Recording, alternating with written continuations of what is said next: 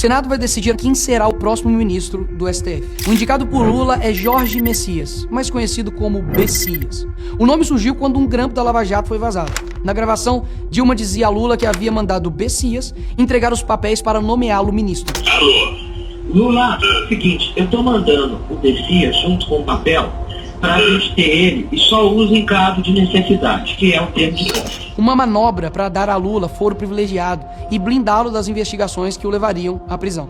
É mais um amigo do Lula sendo indicado para o STF. Lembra do que o Lula prometeu na campanha?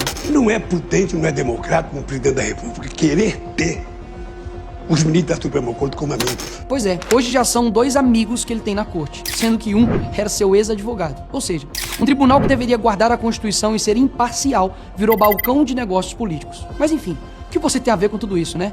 Tudo. Nos últimos anos, o STF deixou de julgar apenas leis e passou a decidir sobre pilares da sociedade, como crime, família, fé, propriedade, liberdade de expressão e até aborto.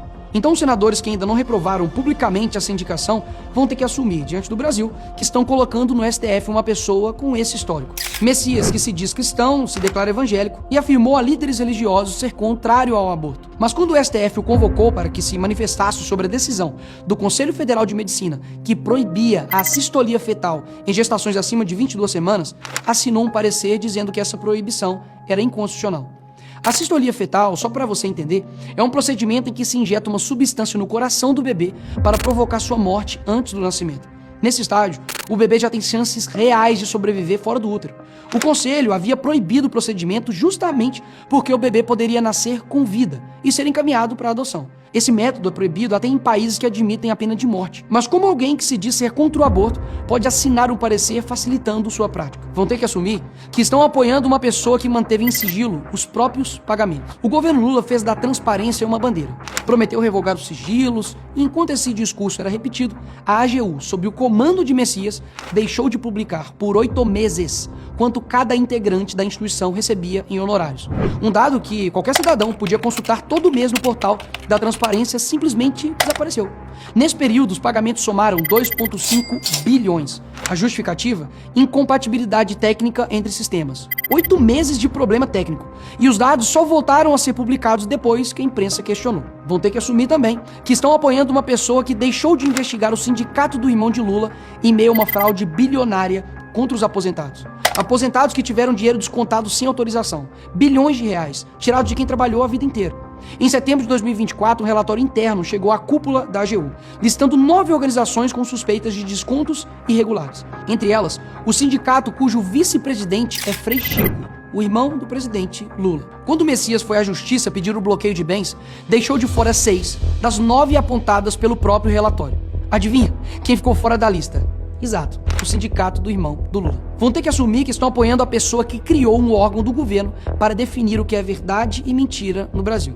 Isso mesmo. Messias criou a Procuradoria Nacional da Defesa da Democracia, o Ministério da Verdade. O problema é simples. Quem decide o que é desinformação é o próprio governo. Desde a sua criação, a Procuradoria não atuou em nenhuma denúncia contra membros do próprio governo, mas atuou em casos que atingiam diversos adversários, chegando a pedir direito de resposta contra jornalistas e parlamentares da oposição. Vão ter que assumir que estão apoiando uma pessoa que faz de tudo para que os brasileiros presos do dia 8 de janeiro continuem na cadeia.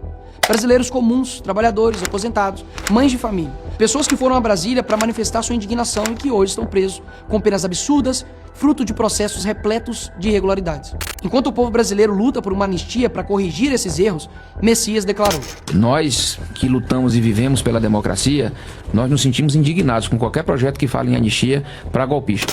Indignados. Ele falou em indignação. A verdadeira indignação está em outro lugar.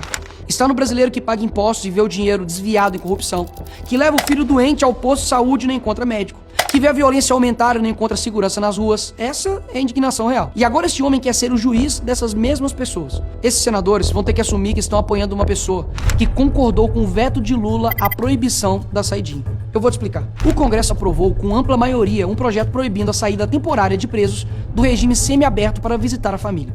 Lula vetou esse trecho e Messias concordou, conforme publicado pelo próprio ministro da Justiça. Presos continuam saindo, as vítimas continuam sendo ignoradas.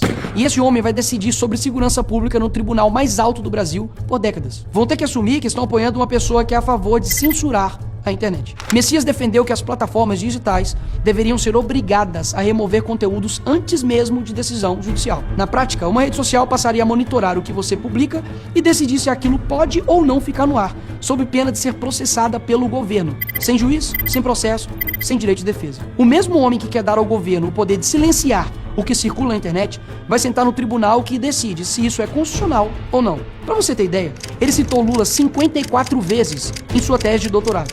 Será que ele vai ser imparcial? Será? Saiba que o senador que aprovar essa indicação estará dizendo sim para tudo isso. Para o aborto, para o sigilo dos próprios pagamentos, para a omissão nas fraudes do INSS, para o Ministério da Verdade, para a prisão injusta de centenas de brasileiros do 8 de janeiro, para a saidinha de presos e para a censura nas redes sociais. A votação, infelizmente, será secreta. Portanto, só tem um jeito de saber quem é quem. A declaração pública que não votará a favor do Messias.